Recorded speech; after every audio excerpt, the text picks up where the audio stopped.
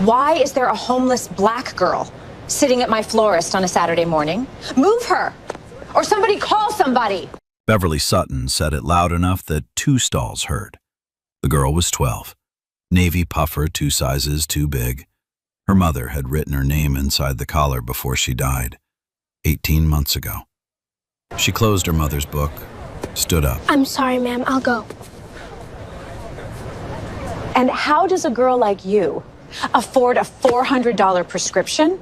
Show me. Brielle Lawson held out her last EpiPen. October 27th, 11 days. The clinic gave it to me. It's my last one. Beverly's friends laughed. Then, 3 stalls over, someone said, "Oh," and a coffee cup hit the concrete. A man in a wool overcoat dropped to one knee. His lips were going blue. Brielle didn't ask permission to move. Brielle gave him the most precious thing she had without hesitation. After that, her life changed completely. She walked past Beverly Sutton before the laugh had finished, past the bouquets, past the friends in their burgundy scarves. The pavilion lights stayed on the same brightness, but something inside the pavilion had changed shape. The man at stall 14 was on both knees now.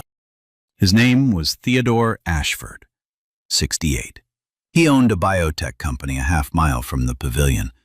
His condo was on the 9th floor of a building he had bought for his wife many years ago, and his wife had been dead for 4 of those years.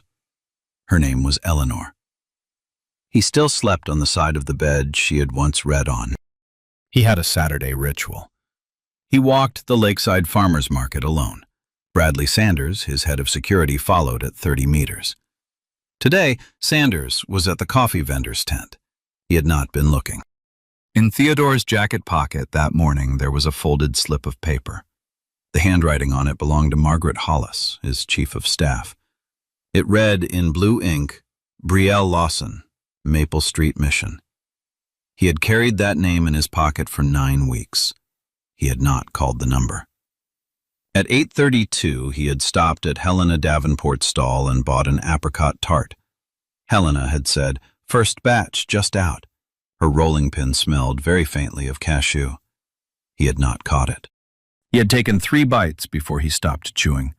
The 4th bite was the one that did it. He paused mid-chew because something in the back of his throat had started to feel like a wool sock. He did not panic. He had eaten cashew decades ago, exactly once, on a flight back from a conference in Atlanta. He had been 31. He had walked himself to the lavatory and waited there until the cabin crew could find their kit. He had been lucky. He was not lucky this time. His personal EpiPen was in the foyer drawer of his condo, 6 blocks east. The slip of paper in his jacket pocket, Brielle Lawson, Maple Street Mission, was the only piece of paper that mattered, and he did not yet know it. By 8:41, the 4 signs had begun to arrive on his face in order. By 8:42, his knees had hit the concrete. The girl walking toward him was named Brielle Lawson. She was 12. She had woken at 6:15 that morning in the family wing of Maple Street Mission. Her bunk was number 18, lower berth. The upper berth had been empty for 8 months. Dottie Granger, the shelter's family advocate, had poured powdered milk and slid her a granola bar and checked her allergy plan on the fridge. The ritual. Dottie had asked, quiet, the way she always asked, "Your aunt visiting tomorrow?" Brielle had nodded. Pearl came every Sunday. Pearl was her mother's older sister, a hospital aide who lived in a 1-bedroom apartment with 2 children and a husband who worked nights. Pearl had tried for 2 months to bring Brielle home. The math of the rooms had never worked. Her grandmother Iris was in a memory care facility 90 miles north. The court had named Iris her legal guardian after her mother died. Iris no longer remembered Brielle's name on Tuesdays. The McKinney-Vento coordinator at Linden Middle School had placed Brielle at Maple Street under Dottie's educational proxy 8 months ago. The arrangement had a paper trail. It had a casework number. It did not have a bedroom door. That morning, Brielle had walked the 4 blocks to the pavilion. She had a flip phone with one number programmed in it. The number was Dottie's. In her tote, she carried her mother's Tarascon pharmacopoeia, edges held with athletic tape, bookmarked with a strip of receipt at page 211. The title of the page was Anaphylaxis, Recognition and Field Management. She had read that page every Sunday morning for 18 months. Sometimes she read it on Wednesdays, too. Her own pen had been in her inside chest pocket. The last one. The clinic had given it to her at her last intake, and the clinic had told her they couldn't refill until she had a stable address. She had not corrected them. She had eaten very carefully for the past 11 days, and she had planned to eat very carefully for the next 11. The pen was in her hand now. Behind her, Beverly Sutton stood with her bouquet drooping. She did not follow. She did not film. She just held her flowers at the level of her sternum and waited to see what would happen, because she did not know what else to do with her hands. By 8:42 and 3 seconds, Belle reached the planter where stall 14 ended and the open aisle began. She had been studying for this since she was 6. He had been 40 seconds away for nearly 1 minute. 48 people were inside the pavilion. 12 of them already had their phones up. 2 of them, the college students who had filmed Beverly Sutton sneering at a child, had quietly pivoted to film the new thing without filming the old thing. None of them had called 911. A child saw before any of the adults did. His name was Owen Whitfield, 4 years old, holding his mother's hand at the produce stall across the aisle. He pointed at Theodore Ashford and said, "Mommy, that man's face is red." His mother said, "Don't stare, honey." That was the first warning the pavilion received. Nobody acted on it. Belle did not run. Running was not what her mother had taught her. Running scattered judgment. She walked, fast but not panicked, the way you walk into a room you have been into many times before. She had not been into this room, but she had read the description of it on page 211, twice this Sunday and once on Wednesday, and the room matched. Lip cyanosis. The lips were blue. Tongue line swelling. The corner of his mouth was puffed. Urticaria above the collar. A red welt was climbing under his ear. Stridor on inhale. He was making a noise like a kettle, and the kettle was getting quieter. 4 signs in 2 seconds. She did not say the words out loud. She did not need to. She had been quizzed on this at her mother's kitchen table when she was 6 years old, on a poster lettered in red marker and taped to the refrigerator. Lips, tongue, hives, wheeze. Her mother had been a pediatric ER nurse at St. Eleanor's Medical Center. Her mother had said at the kitchen table, "This is not a test you can fail. This is a test you can be ready for." Her mother had also said, sitting in the same chair on the same day, "An EpiPen is an obligation, not a possession." The girl had been 7 the next time she heard the line. She had been carrying her own pen by then. She had been 9 when she used it on herself in a school cafeteria on a Tuesday in February after a peanut butter cracker reached her tray. She remembered her mother's voice walking her through it from memory. She had not used it on anyone else since. She was about to. She knelt at his right side. From the planter, 20 feet away, Beverly Sutton took 1 step forward. Then she stopped. She did not know what 1 step toward this was supposed to look like, and she did not have the vocabulary for the 2nd step, so she did not take it. A man in a green windbreaker said, "Somebody call somebody," and did not himself call anybody. Bradley Sanders, head of security, finally looked up from the coffee vendor's tent. He set his cup down. He had to set it down because the cup was hot and his hand was suddenly slow. He started to move. He was 30 meters away. Belle was 3 inches away. She looked at Theodore Ashford's face. The man was conscious. His eyes were tracking. He looked at her the way drowning people look at the people closest to them, with permission already given. She did not waste the permission on a speech. She said, "Sir, do you have a known allergy?" He nodded once. She said, "Do you carry epinephrine?" He shook his head once. She did not ask whether he wanted hers. There was no time for the question, and there was no time for the wrong answer. She unzipped her chest pocket. Her hand was steady. Her face was the same face it had been when Beverly Sutton was asking how she had afforded a $400 prescription in her coat. Calm, attentive, looking at the person in front of her. She set the auto-injector across her open palm so that the people around her could see it. She said, loud enough that the phones would pick it up, "I am giving 0.3 milligrams of epinephrine, lateral thigh. Someone please call 911 and put it on speaker." 3 stalls over, a cheesemonger named Wesley Holloway dialed and held his phone out toward her. Brielle was 46 minutes younger than her mother had been when her mother had identified a misfiled allergy chart at this same hospital in 1998. Brielle did not know that yet. She pulled off the orange safety cap, and then she began. She placed the auto-injector at the mid-lateral thigh through his slacks. She was 12 years old. He was 6'1". She used both hands and the weight of her shoulder, the way her mother had once shown her with a flat marker on her own leg at age 7 in a kitchen lit by morning sun. She pressed firmly. She counted aloud. 1 Mississippi, 2 Mississippi. Beverly Sutton, 20 feet away, watched a child kneel on the concrete in a too big puffer and do what no one else in the pavilion was doing. The flowers in her hand began slowly to tip toward the floor.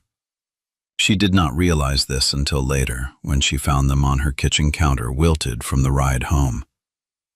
3 Mississippi. 4 Mississippi.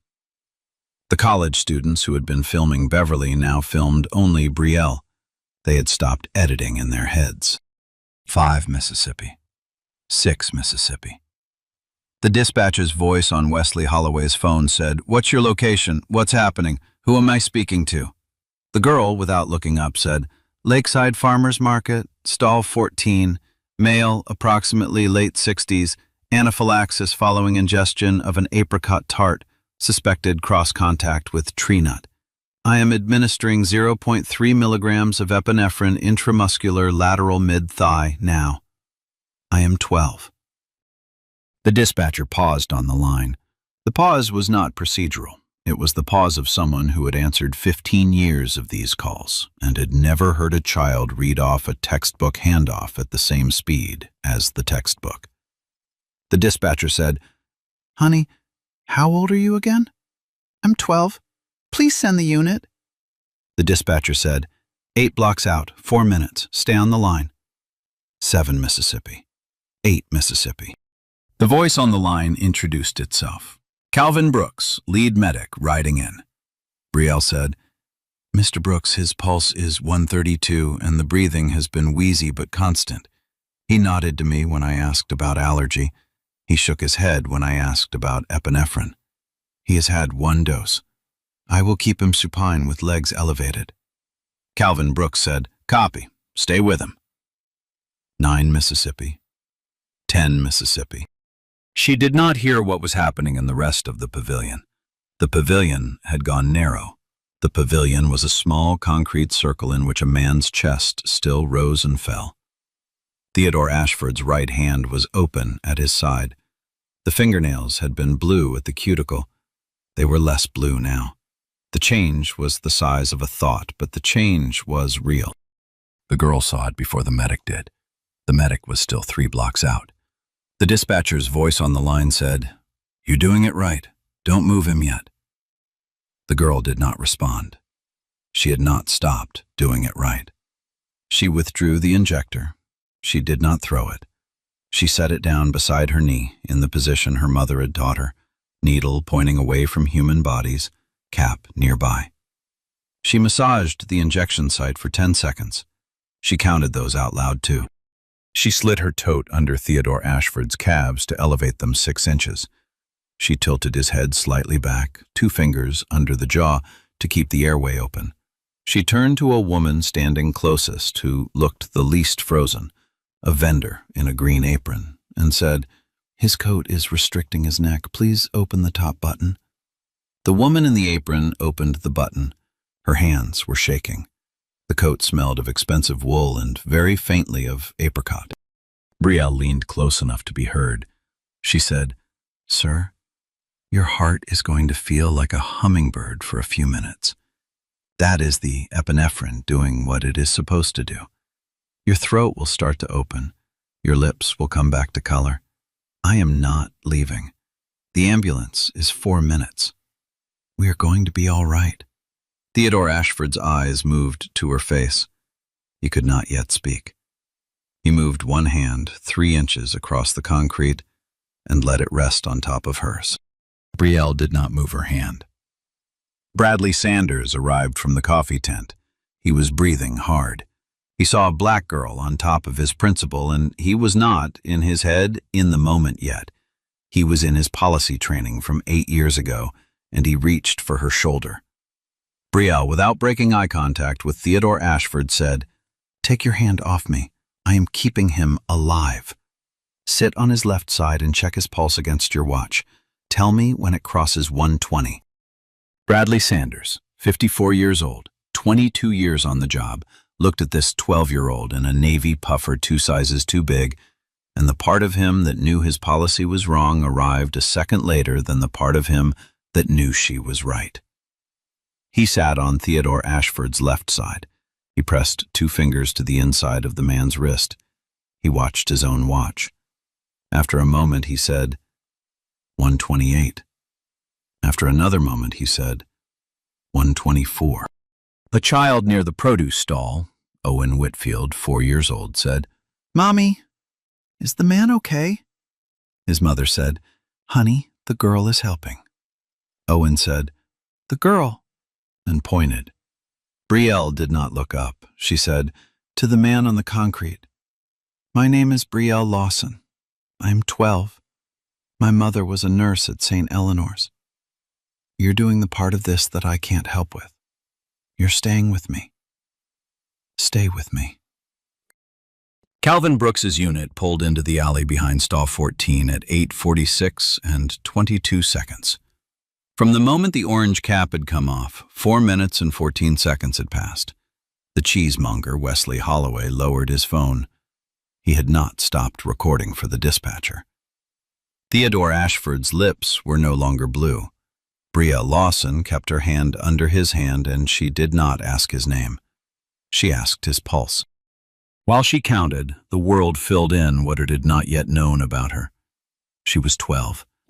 She had been 6 the first time her mother had taped a poster to their refrigerator. The poster had been lettered in red marker because the red marker was what was in the drawer that day. The poster had said, lips, tongue, hives, wheeze. In smaller print beneath it said, thigh, 10 seconds, breathe. Her mother had quizzed her on it at the kitchen table. Her mother had said, "This is not a test you can fail. This is a test you can be ready for." She had been 7 the first time she carried her own pen. The pen had been in a small pouch with a Velcro flap clipped to the inside of her backpack. Her mother had said, "An EpiPen is an obligation, not a possession. You don't show it off. You don't hide it. You don't lose it." She had been 9 the first time she used the pen on herself. The cafeteria at her elementary school had served peanut butter crackers on a Tuesday in February. A boy at the next table had been kind and had offered her one. She had not seen the box. She had taken a bite. Her tongue had filled her mouth in 11 seconds. She had unzipped the Velcro flap with shaking hands. She had said in her mother's voice, "Thigh, 10 seconds, breathe," and she had done it. She had been 10 when her mother was diagnosed. She had been 11 when her mother died. 42 years old, breast cancer. Stage at diagnosis, too late. She had been 11 and a half when her grandmother Iris took her in for 3 weeks. Iris had been 72 and beginning, on certain Tuesdays, to ask Belle who she was. By the end of those 3 weeks, Iris had not been able to answer her own front door. She had been 11 and 10 months when Aunt Pearl tried for 2 months to find a way to move her into a one-bedroom apartment that already held 4 people. Pearl had cried at the kitchen sink for 2 weeks before she said, "Baby, I can't." She had been 12 and 1 month when the McKinney-Vento coordinator at Linden Middle School signed her into the family wing of Maple Street Mission with Dottie Granger as her educational proxy. The bunk had been number 18. The upper berth had been empty. Her first night at the shelter, she had not slept. She had sat up in bunk 18 with her mother's book open on her lap, page 211, and she had read it 3 times in a row. By the 3rd reading, she had been able to recite the 4 signs without looking. By the 3rd reading, she had also stopped crying because crying was something her mother had not taught her to do quietly, and the family wing slept 28 people in one room. She had learned to cry quietly in the 2nd week. By the 3rd month, she had learned to read the page without crying at all. By the 6th month, the page had become a steady thing. By the 8th, it was almost a routine. For 18 months since her mother's death, she had read page 211 of the Tarascone Pharmacopoeia every Sunday morning before breakfast. She had read it the way some people read scripture, and some people read poetry, and some people read the obituaries, to keep something alive that the room around them kept trying to forget. She had never used the pen on someone who wasn't herself. She was using it now. She counted Theodore Ashford's pulse the way she had once counted her mother's. 132, 124, 116, 110. Her mother had been teaching her for this morning since she was 6. Calvin Brooks's unit arrived at 8:46 and 22 seconds. He kneeled opposite her on the concrete. He looked at her allergy bracelet. He looked at her face. He looked at her hand, which was still under Theodore Ashford's hand. He said, "Walk me through it." She walked him through it in 23 seconds. Male, approximately 68. Anaphylactic reaction following ingestion of an apricot tart, suspected cross-contact with tree nut. 0.3 milligrams of epinephrine intramuscular lateral mid-thigh administered at 8:42. Pulse on initial assessment 132. Currently 110 and steady, lips returning to color. Heart rate decline appropriate for time elapsed. No second dose given. Mine was my only pen. Calvin Brooks looked at Bradley Sanders. He said quietly, "She did this clean. He'd have arrested in another 40 seconds. Bradley Sanders did not say anything. He was 22 years on the job. He had no language for what he had just been corrected by. They loaded Theodore Ashford onto the gurney. He was conscious now. He could speak. He caught Brielle's wrist before they lifted him, and he said, in a voice that worked at half power, "Stay. Please." Calvin Brooks looked at the girl and said, "Is there an adult we should call for you? A parent or a guardian?" Brielle gave him Dottie Granger's number at the shelter. The black Cadillac Escalade pulled into the ambulance bay at St. Eleanor's Medical Center at 9:01 in the morning. The pediatric wing carried Eleanor Ashford's name above the entrance in raised silver letters, and the woman who stepped out of the SUV had been the person who arranged for Eleanor's name to go up there 15 years ago. Her name was Margaret Hollis. She was Theodore Ashford's chief of staff. She was carrying a briefcase and a manila envelope, and she had been carrying that envelope in one form or another for 9 months. She found her principal first. He was upright on a gurney in the ER bay. He was hoarse. He was alive. He told her in 3 words, "The girl. Find her." Margaret Hollis found her 2 curtains down, sitting on a plastic chair with a cup of water she had not drunk. A clerk had just asked Brielle for her name. Brielle had said, "Brielle Lawson." Margaret Hollis stopped in the corridor. She had not stopped that way in 9 months. She stepped out of the bay. She made a phone call to a number she had dialed several times over those 9 months without anyone answering. She came back and stood at the edge of the curtain. She said, "I would like to sit with you for a few minutes. I have something that belongs to you." Dottie Granger arrived at 9:18 by city bus. She did not hug Brielle until Brielle reached for her first. Then she held her for 10 seconds without speaking, and then she let go. Margaret Hollis said to Dottie, "I would like you to be present while Ms. Lawson reads what's in this folder. These documents belong to her. She should not read them alone." Dottie sat down on Brielle's other side. Margaret Hollis opened the envelope. There were 5 documents. The first was a photograph. A young woman in scrubs, 28 years old, standing in the pediatric wing of St. Eleanor's, smiling in a way that suggested she was about to start a shift she had been looking forward to. The date stamp on the back read 1998. Below the date, in fountain pen ink that had once been new, someone had written, "Adeline L. for thinking it through." Brielle put her thumb on the back of the photograph where her mother's name had been written. She did not move her thumb for a long time. The second document was a grant charter, the Eleanor Ashford Frontline Children Fund, established in 2002. Mission: to establish individual trust accounts in the names of children of pediatric ER nurses, vesting at age 18 for use toward medical school tuition. The third document was a handwritten letter. The date was August. The year was the summer before Brielle's mother had been diagnosed. The handwriting was the same handwriting that had written Brielle inside the collar of a Navy puffer 18 months ago. The letter ran 1.5 pages. It nominated Brielle for the fund by name. It described, in 5 sentences a nurse would write, her daughter's allergy, and her daughter's calm, and her daughter's habit of memorizing things she might one day need. The letter ended, "If anything happens to me, this is what I want her to know. She was never on her own." Brielle read the letter once, then she read it again, then she read it a third time. She did not cry. She set it back on the table with the same care with which she had set down the injector. She set the letter down. Then she picked it back up. She read it a 4th time. She said to Dottie, "Can I read part of it aloud?" Dottie said, "All of it, baby. As many times as you need." Brielle read aloud the line she had read 3 times silently. She read it the way her mother had read recipes, one word, then the next. "If anything happens to me, this is what I want her to know.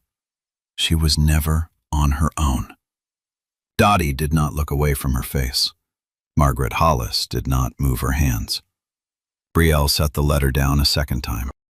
The 4th document was a search file, dated 9 months ago, Margaret Hollis's signature at the bottom. The file documented a methodical attempt to locate one Brielle Lawson, daughter of Adeline. Last known apartment, vacated. Phone number, disconnected. Grandmother, designated guardian on paper, in memory care, unable to relay. Maternal aunt, name initially unlisted. School records, McKinney-Vento flag, contact through educational proxy. Status, minor. Search ongoing. The 5th document was a photocopy of a hospital memo dated 1998. The memo described a near miss, a misfiled pediatric allergy chart that had nearly killed a 4-year-old boy admitted with abdominal pain. The nurse who had caught it, after rechecking the chart against the morning admissions log, was 26 years old at the time. Her name was Adeline Lawson. The boy on the chart, named on the 2nd page of the memo, was Eleanor Ashford's nephew. Brielle looked up. She looked at Dottie. She looked at Margaret Hollis. Then she looked at the curtain that separated her from the man whose hand she had been holding an hour earlier. She said very quietly, "She was looking out for me the whole time." Dottie's eyes were wet. She said, "Yes, she was." Margaret Hollis said, "Your mother nominated you for the fund 2 years before she was diagnosed. The trust was approved. It has been earning quietly for 2 years. It vests at 18. It will cover tuition for whatever medical school admits you. She paused and added, "It has had your name on it for 2 years, Ms. Lawson. We did not invent this for you this morning. We only finally found you this morning." Theodore Ashford was wheeled to her bay 10 minutes later. He could speak again, in a voice that worked at 3/4 power. He looked at her and he said, "I have been trying to find you for 9 months. I almost died before I did it. I am not going to waste a second more." Belle did not answer immediately. She looked at the photograph. She looked at the letter. She looked at the man in the bed. Then she said in her own voice, "My mother had been looking out for me the whole time. So had your wife." Theodore Ashford did not have an answer. He nodded. That was the answer. Behind the curtain, Margaret Hollis was already on her phone, beginning the work of the next 4 days. Belle had walked into the hospital with 1 EpiPen and a Tarascone held together with athletic tape. She walked out of the bay 2 hours later with a folder that named her by name and with the first hint of a future her mother had hidden inside a fund and a letter and a kitchen table lesson 7 years old. Her mother had fought for her 2 summers and never said a word. A 19-second clip surfaced online by the following morning. Homeless kid on top of biotech CEO at the market. The comments were ugly. Some people were kind. The kind ones were quieter than the cruel ones, the way they usually are. The clip had been spliced from 3 different phones. One of the phones, the college student's, had captured Beverly Sutton's voice in the seconds before the rescue began. How does a homeless kid have a $400 prescription in her coat? The voice was unidentified. Beverly's face had been turned away from the lens. She did not contact the platform to ask that the audio be removed, and she did not contact anyone to apologize. She simply did not return to the market on Saturdays. The flower stall noticed. Carol Anderson did not. Bradley Sanders, suspended pending review, told a reporter at the alley behind the office that there were questions about the encounter. A blog post insinuated that the girl had been near Theodore Ashford by design and that the EpiPen had been planted to manufacture a viral moment. Dottie Granger saw the clip first on the shelter's shared laptop. She closed it before Belle came back from her bunk.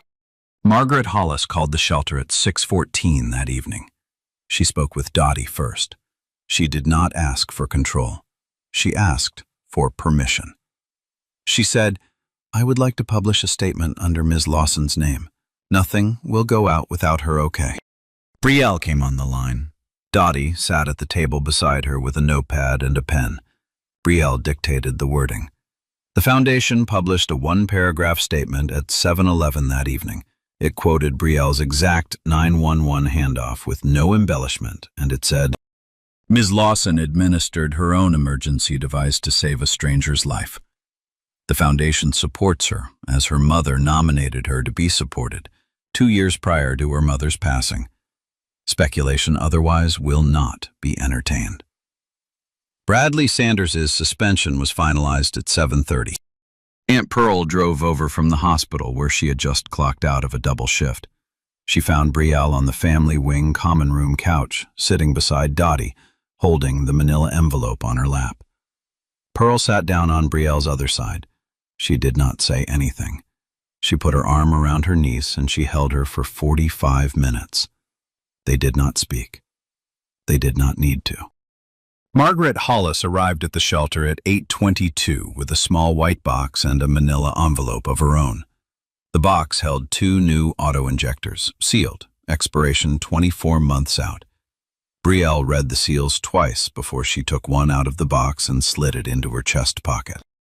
The second envelope held a typed offer letter.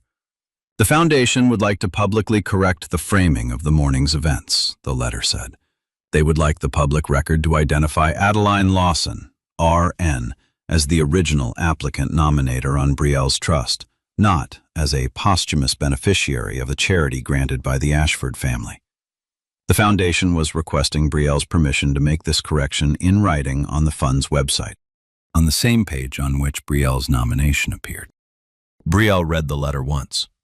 She said, "To Margaret Hollis, my mother nominated me. Print it that way, don't soften it. Don't make it sound like a gift. She earned the right to nominate me. She did it before anyone knew she was sick. The wording matters." Margaret Hollis nodded once. She made one phone call from the common room couch.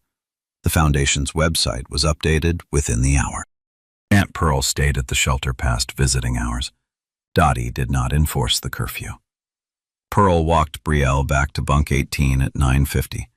She tucked the navy puffer over the foot of the bunk the way she had once tucked her own children in, before her sister had died, before the math of the rooms had become impossible.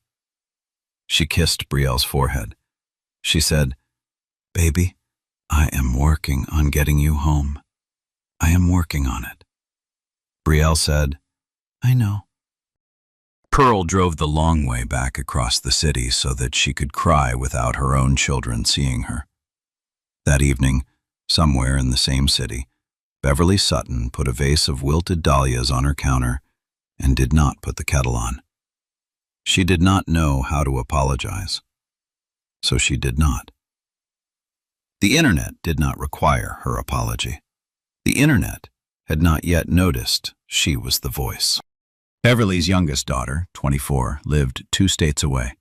She called her mother the next morning at 7:30. She said, "Mom, was that you? In the clip? Was that your voice?"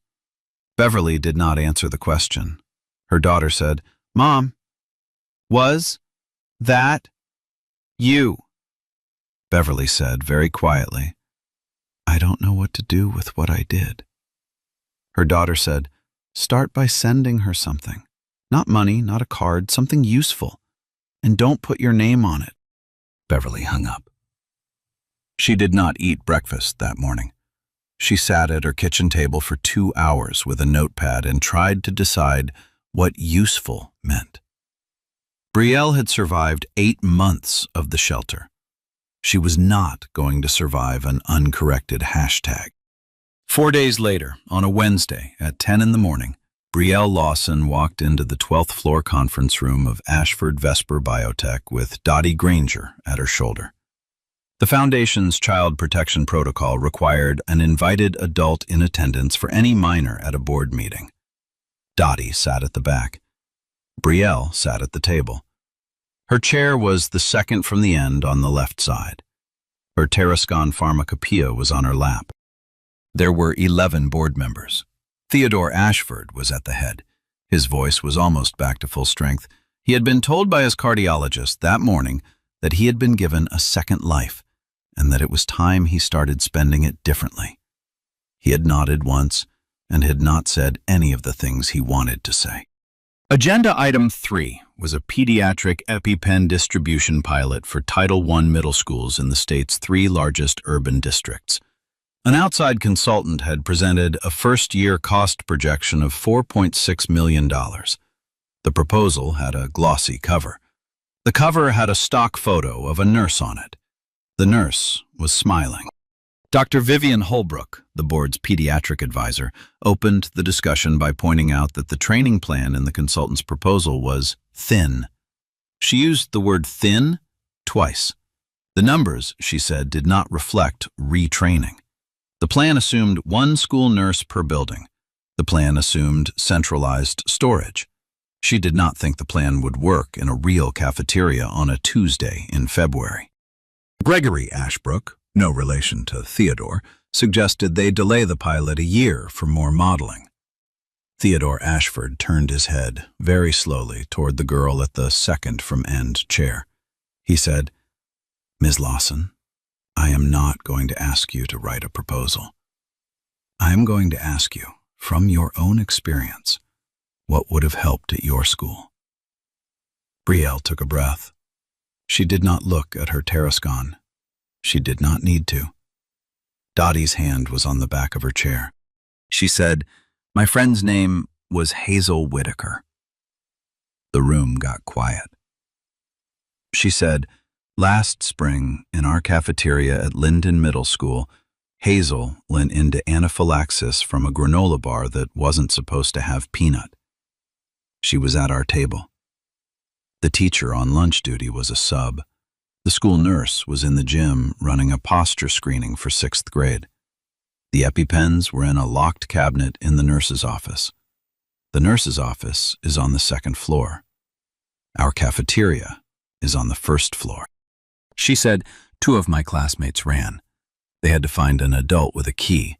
The key was supposed to be with the nurse. The nurse had given it to the assistant principal that morning because the cabinet was sticking. The assistant principal had taken it to a phone call in the parking lot. It took 92 seconds to find the right key. She said Hazel lived. She was in the hospital for 3 days. She missed the geography unit on rivers. She said 92 seconds is the difference between a kid coming back to school on Monday and a kid never coming back. The pens were in the building. The key was in the wrong pocket. Silence for 8 seconds. The 8 seconds were the longest silence the conference room had held in years. Gregory Ashbrook's pen tapped twice against his notepad and then stopped. The consultant against the back wall counted his own breath, then his ceiling tiles, then stopped counting. Dr. Vivian Holbrook had been a pediatric ER physician for 31 years before she took the board seat. She had watched a child die from a delayed epinephrine dose in her own bay in 2010. She had not forgotten that child. Dr. Vivian Holbrook very quietly said, "Where would you have wanted the pens?" Brielle said, 3 teachers on every floor, trained, pens in their classroom drawer, not behind a locked door. The nurse can still be the nurse, but the teachers are who's there. Silence again, shorter this time. Dr. Holbrook opened the consultant's PDF on the screen in front of her. She scrolled down. She said, "The CDC's 2019 field review found that decentralized classroom storage cuts retrieval delay from an average of 52 seconds to under 9. Ms. Lawson's case took 92 because the storage was on a separate floor." Gregory Ashbrook said, "We would need to retrain 3 teachers on every floor. The per-school training cost doubles." Dr. Holbrook said, "Per the same review, the per-staff training cost in decentralized models is, on average, 1/3 of the consultant's number, because the modules are shorter and because the protocols are simpler." She looked at the consultant, who had been brought in to present and was now sitting against the back wall. She said, "Run the math." The consultant ran the math. The Foundation's junior analyst, a woman of 26 in a charcoal blazer named Diana Calloway, ran the math too, faster on her own laptop at the side of the room. 8 minutes later, she lifted her head. She said, "Restructured proposal lands at approximately $2.3 million for the first year. 3 named adults per floor across 4 floors in 80 Title I middle schools. The trainer pen and real pen pairing reduces the long-term per pen cost by 22%. Brielle had not spoken during the math. Theodore Ashford looked down the table. He said, "Motion to fund pilot at $2.3 million, structured per Ms. Lawson's testimony and Dr. Holbrook's restructure." Second. Dr. Holbrook said, "Second." The vote passed 11-0. Gregory Ashbrook had voted yes. He had not enjoyed voting yes, but he had voted yes, because he had a granddaughter at a Title I middle school in a neighboring state, and because the math had been run twice in front of him by women whose hands were steadier than his. After the meeting, Dr. Vivian Holbrook crossed the conference room. She did not walk over to Brielle. She walked over and then she knelt, not in a patronizing way, but the way a respectful adult kneels to put their eyes level with the eyes of a younger person who has just said something they did not yet have the right room for. She said, "Thank you, Ms. Lawson." She said, "Hazel would thank you too. We're going to get this to her school first." Brielle said, "Thank you, Dr. Holbrook." Then she said in the same calm voice she had used on the concrete 4 days earlier, "My mother would have wanted Hazel's school first too." Dr. Holbrook stood up. She nodded once. She walked to her seat and gathered her papers, and she did not stop nodding for the time it took her to gather them. Dottie Granger, at the back of the room, was crying quietly into a tissue she had pulled from her purse 20 minutes earlier. A child had walked into a boardroom with a duffel left at coat check and a paperback at the table. The institution had done the math. 3 months later, on a Saturday in mid-January, Belle Lawson woke in her own bed. The bed was in a corner room on the 3rd floor of the 2-bedroom apartment on Wren Street. The room had a small window. The window faced east. The curtains had been picked by Aunt Pearl from a clearance bin at a department store because Pearl had refused to spend more than she needed to on something Belle could change later if she wanted. The curtains were pale yellow. Belle liked them. The apartment had been signed for by Aunt Pearl in late October. The Foundation's Family Stabilization Program had issued a housing supplement specifically to enable Belle's placement with Pearl, a one-time grant that covered the deposit and 12 months of the rent difference between Pearl's old apartment and the new 2-bedroom. Pearl had signed the lease herself in her own name. The Foundation had not signed it. The Foundation had only paid the difference. Belle had her own room. The bed was hers. The Eleanor Ashford Frontline Children Fund had not yet vested. It would vest in Belle's name on her 18th birthday. The trust statement, mailed quarterly to the apartment, showed a balance growing at the modest rate of a well-managed endowment. Whatever medical school accepted Belle Lawson, the trust would cover her tuition. The trust would not have paid for her bedroom. The Foundation had built a second program to pay for her bedroom, separately, because Belle's bedroom was Belle's, not the trust's. Belle was back at Linden Middle School full-time. Honor roll, first quarter.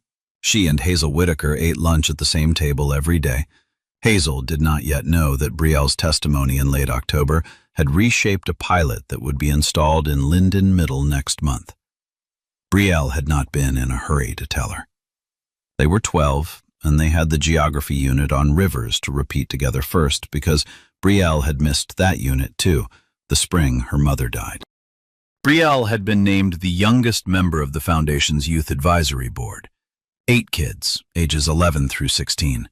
They reviewed training materials and told the team when the language was too clinical for kids to follow.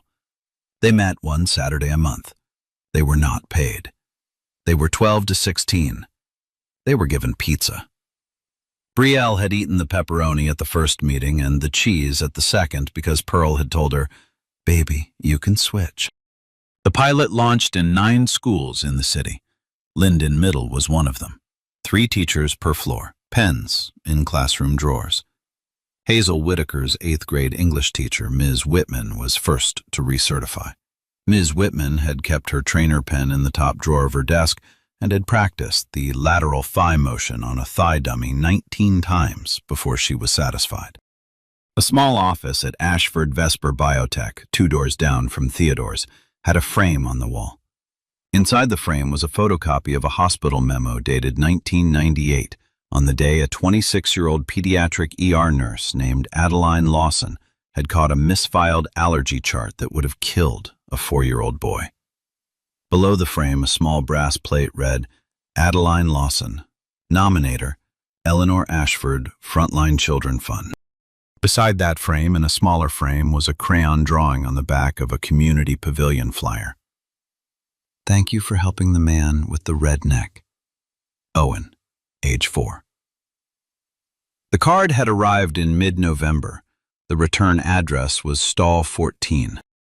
Belle and Theodore Ashford ate lunch together every other Friday at a diner 2 blocks from the office.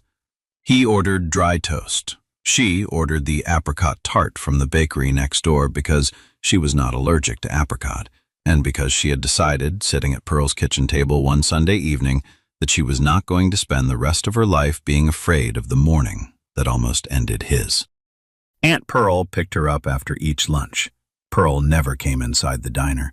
She nodded at Theodore Ashford through the window. Theodore nodded back. He had asked once if he could come around to her side and shake her hand. Pearl had said, "Not yet." He had nodded at that, too. Brielle's grandmother, Iris, had been moved by a one-time geriatric stipend from the foundation to a memory care facility 11 blocks from Wren Street. Pearl visited her on Saturdays. Brielle visited her some Sundays. On those Sundays, Brielle read aloud from page 211 of her mother's Tarascon. The rhythm of the clinical language was something Iris still recognized, even on the days she did not recognize Brielle's name. Iris had nodded at the line "Recognition precedes treatment" twice that January. Brielle had counted both times. Bradley Sanders had been reassigned, with a step in pay and a substantial reduction in responsibility, to a corporate facility post in a different city. Susan Whitlock had taken the role of Theodore Ashford's lead. She was a former trauma nurse. She walked beside Theodore on Saturdays at the market, on the rare Saturdays he still went, and she watched him, not the perimeter. Sanders had sent Brielle a one-line letter of apology by certified mail in early December. "I am sorry I reached for your shoulder." Brielle had written back on a postcard, "Watch the principal." She had signed her name in full. On the first Sunday in February, Brielle visited her mother's grave for the first time since the move. The cemetery was on the south side of the city. Aunt Pearl drove.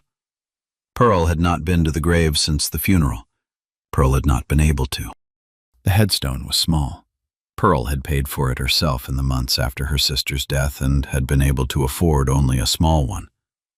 The stone read, "Adeline Lawson, R.N., 1980 to 2023. She caught what others missed. Brielle sat in the grass beside the stone for 38 minutes. She read aloud from her Tarascon the new addendum she had drafted herself for the Foundation's training module, the part about how to talk to a person going into anaphylaxis. She read it the way her mother had taught her to read instructions, one sentence at a time. When she was done, she put her hand on the stone. She said, "I did it right, Mama." They listened. Pearl, 20 feet away, looked the other way to give her niece privacy. The wind moved through the cypress at the edge of the cemetery. Brielle stood up.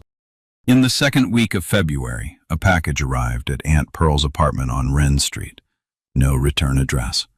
Inside was a single, hardcover textbook, Tintinalli's Emergency Medicine, 9th edition, and a small, folded note. The note said, "For the desk. From someone who was wrong on a Saturday morning and is trying to be less wrong on a Tuesday." Brielle put the book beside her mother's Tarascon. The two books did not match in size. They matched in something else. Pearl did not ask where it had come from. Brielle did not say. They both understood that some kinds of apologies do not need a name attached, and some kinds should not have one. The Tarascon pharmacopoeia sat on Brielle's desk in her new room, edges still held with athletic tape. Page 211 was still the most read page. Brielle was 12. Her mother had been 28 in the photograph. She was not in a hurry. An EpiPen is an obligation, not a possession. Adeline Lawson had set it at a kitchen table in red marker on a refrigerator poster the year her daughter was 6. She had set it again at age 7 when her daughter began to carry her own pen. She had set it for the last time by writing it inside the cover of a book held together by athletic tape, the August before she died. Brielle Lawson set it back to herself on a Saturday in mid-January, taping a new poster. Same words, same red marker, same hand-lettered 4-line column, to the refrigerator of an apartment on Wren Street that had not yet learned the smell of her mother's cooking, because her mother had never lived there, and never would. Next year, the pilot would expand to Title I high schools. Brielle had been asked back to the Youth Advisory Board for a second year. She had said yes. That was all she had been promised. The orange cap from the pen she had used at stall 14, the cap she had set down on the concrete on the morning of October 16th beside her knee, needle pointing away from human bodies, was in a small glass jar on her desk beside her mother's book. She had not made the jar a shrine. She had only made it a fact. Lips, tongue, hives, wheeze. She kept reading the page. If this story stayed with you, if it reminded you that competence can come from anywhere and that no one is too young to save a life, a quiet subscribe and a kind word in the comments help us keep telling stories like this one. That's all. Thank you for listening. You know, I have been telling stories on the channel for a while now, but this one stayed with me longer than most. I kept thinking about that orange cat sitting in a jar on a 12-year-old's lap. Here's what I keep coming back to. A woman tried to make Belle smaller that morning. Smaller because she got black. Smaller because she was poor. Smaller because she was tall and alone at market on a Saturday. And 3 minutes later, that same girl was the only person in the building who knew how to keep a man alive. Competence doesn't ask permission. It doesn't wait for somebody to think you are worth saving. It just shows up, usually in the people we have spent the most energy underestimating. And I think about her mother, Adelaide. 2 years before she got sick, she sat down and wrote a letter for a daughter she didn't know she was going to leave behind. If you have ever loved somebody and worry you weren't doing enough, you probably did more than they will ever know. The people who love us are working on our behalf in rooms we don't see. Sometimes we only find out after they're gone. If this story moved you, do me one favor. Don't share it. Tell somebody you love that you see them today out loud. I will see you in the next one.